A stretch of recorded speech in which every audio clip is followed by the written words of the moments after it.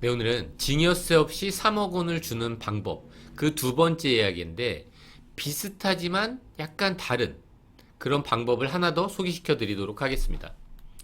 일단 제가 지난번에 올린 이 영상에 달려있는 댓글들에 대해서 간단히 답변을 드리고 그리고 추가하도록 하겠습니다.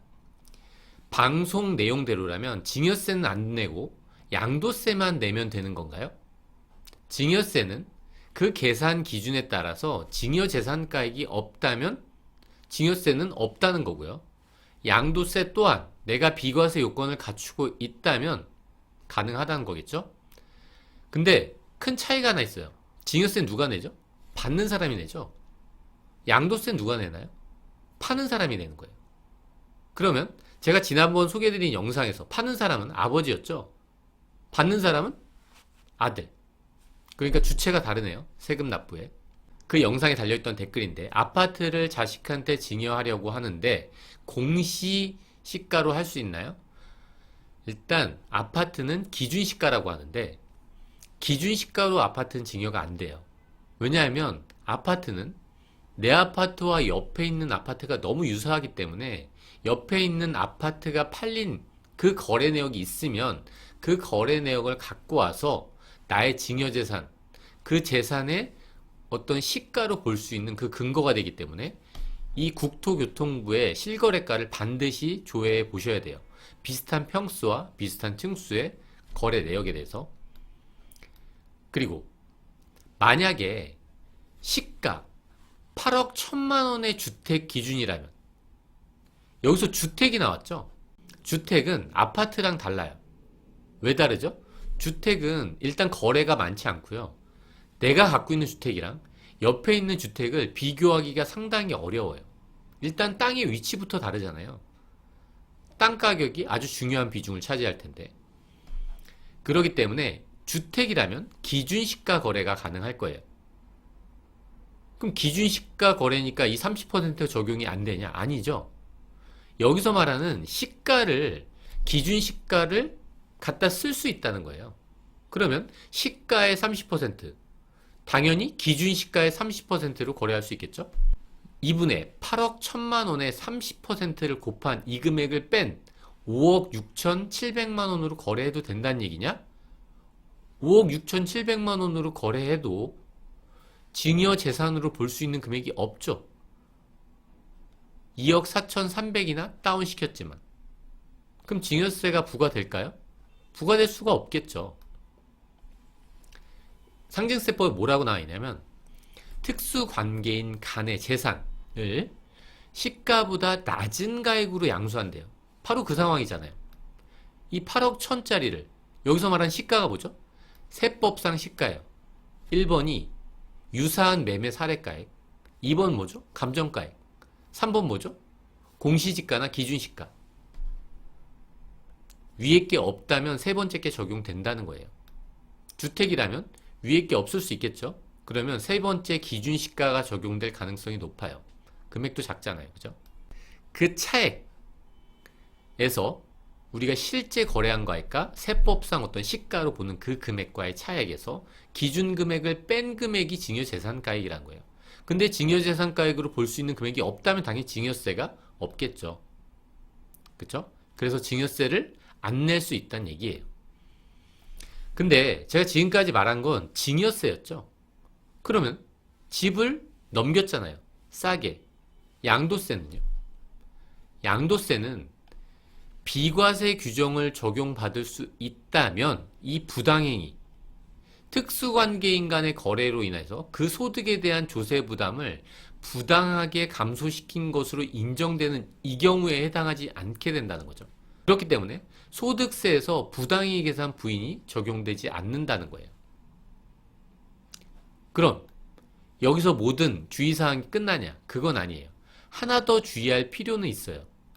어떤 거냐면 저는 아버지한테 아파트를 싸게 샀죠.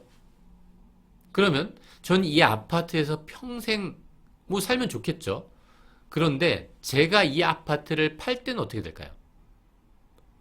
제가 10억 주고 살 수 있었는데 아버지한테 7억 주고 산 거예요. 나중에 15억에 팔게 됐어요. 그러면 취득가액이 뭐냐 그거죠. 취득가액은 내가 실제로 7억에 샀잖아요. 증빙도 그렇게 있죠. 그렇기 때문에 이 금액이 되게 돼요. 그러면 이게 양도차익이 되겠죠. 15억에 판다면. 이 경우는 어떻죠? 5억이 양도차익인데. 물론 이 경우 또한 제가 1세대 1주택 비과세를 받을 수 있어요. 뭐 그게 1세대 1주택일 수도 있고 일시적 2주택일 수도 있고 그런 비과세 혜택을 내가 받을 수 있다면 당연히 그런 취득가액이 낮아지는 효과를 상쇄시킬 수도 있겠죠. 그리고 이렇게 땅에 대해서도 물어보셨는데 공시지가가 10억이고 시가가 20억이래요. 여기서 말하는 이분의 의도하는 시가는 뭘까요? 부동산에서 20억 주고 팔아준다는 그런 얘기 아닐까요? 근데 그거는 세법상 과세당국에서 그 금액을 어떻게 하나요? 그 땅이 부동산에서 20억에 팔아줄 수 있는지 없는지. 실제로 팔린 것도 아니잖아요. 물론 팔렸다면 내가 만약에 땅을 샀다면 사고 나서 바로 아들한테 증여한다면 이때는 공시지가로 안 되겠죠. 당연히 내가 산 가격이 있으니까. 근데 그런 거래 내역이 한동안 없었어요. 그렇다면 공시지가로 적용할 수 있겠죠. 이것 또한 똑같이 응용할 수 있는 거예요. 시가의 30%만큼 떨어뜨릴 수도 있겠네요. 그게 뭐 불법은 아니라고 누가 답변도 해주셨어요. 이분은 실제로 친인척 공시지가로 매매를 했는데 구청에서 소명하라고 왔는데 통장이랑 이유를 설명했더니만 넘어갔대요. 뭐 실제 그럴 수 있는 거잖아요. 사실 이 법률이 왜 만들어졌을까요?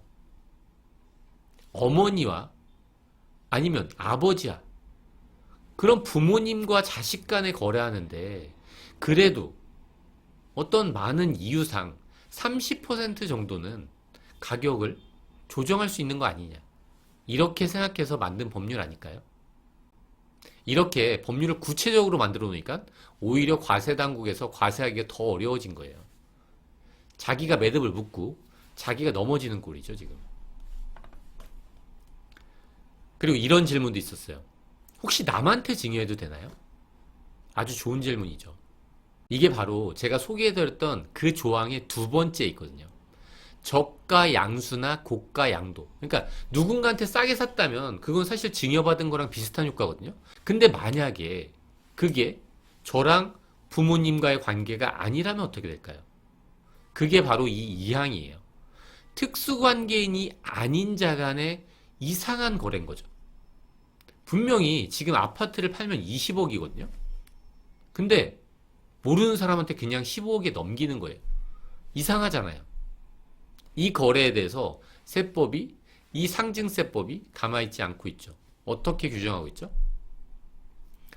특수관계인이 아닌 자 간에 현저하게 낮은 가액으로 양수한 그 거래는 그 대가와 시가, 여기서 말하는 것도 세법상 시가겠죠.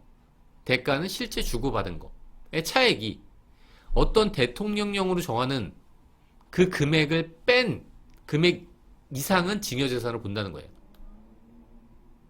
이렇게 비슷한 것 같은데 약간 다르죠. 여기에 20억이 들어가는 거가 아니에요. 시가, 세법상 시가가 이쪽에 들어가는 거고 여기에 대가가 들어가는 거예요. 물론 이제 절대값으로 보면 되겠죠. 그런 차액 자체가 3억이 넘으면 그건 넌 증여한 거로 봐야 된다 라는 규정이에요. 그러면 부모님과 어떻게 다르죠? 타인은? 규정이 일단 다르죠. 부모님한테는 요 시가의 30% 규정이 있었는데 특수관계가 없는 타인 간에는 이 3억분이 없거든요. 이게 어떤 의미냐면 특수관계인 간 거래예요. 시가가 15억짜리면 허용되는 기준이라고 보면 돼요. 무조건 3억이 빠져요. 15억에서 3억 빠진 12억으로 거래해도 되는 거예요. 세법상 기준 금액이 이거라면. 만약에 세법상 기준 금액이 10억이라면 7억. 기준 금액이 작아져도 5억이라고 하더라도 그냥 3억을 뺀 2억이라는 거예요. 이게 타인 간의 거래에서 어떤 기준점이 되겠죠. 그럼 부모님과의 거래는 어떨까요? 10억이 넘는다면 30%니까 30%와 3억 중 작은 금액이니까 10억이 넘으면 무조건 3억만 빠져요. 근데 10억보다 작은 5억이 시가라면 30%인 1.5억만 빠진다는 거죠. 이렇게 증여세 없이 비특수관계인이, 그러니까 모르는 제3자가 나한테 3억을 줄 수 있다는 거죠.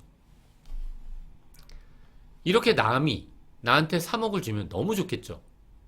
근데 이게 실제로 제 주변에 일어나지 않는다는 거는 다른 사람 주변에도 일어나지 않는다는 거거든요. 물론 일어나시는 분도 있겠지만 조건 없이 준다는 게 사실 쉽지 않잖아요. 3억 원을 아무 조건 없이 그냥 낫게 해주는 거예요. 그냥 이 사람이 너무 마음에 들어서, 인상이 너무 좋으니까. 그럴 리는 별로 없잖아요. 그래서 실제로 이걸 활용한 사례가 있죠. 두 분 있어요. 양쪽에다 이렇게 하는 거예요.